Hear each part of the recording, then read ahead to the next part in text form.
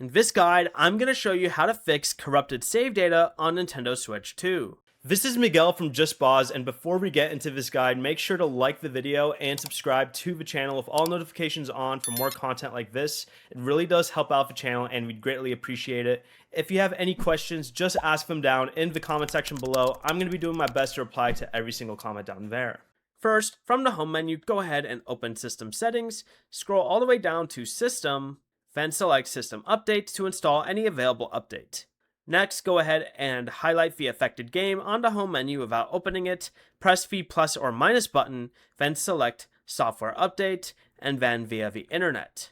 After that, go ahead and open System Settings again, go down and select Data Management, select Manage Software, choose the affected game, then select Scan for corrupted data. If your save itself is corrupted and the game supports Save Data Cloud, highlight the game on the home menu, press plus or minus on it again, and this time select the option that says Save Data Cloud, choose your user, then select Download Save Data to restore your cloud backup. Holy stutter.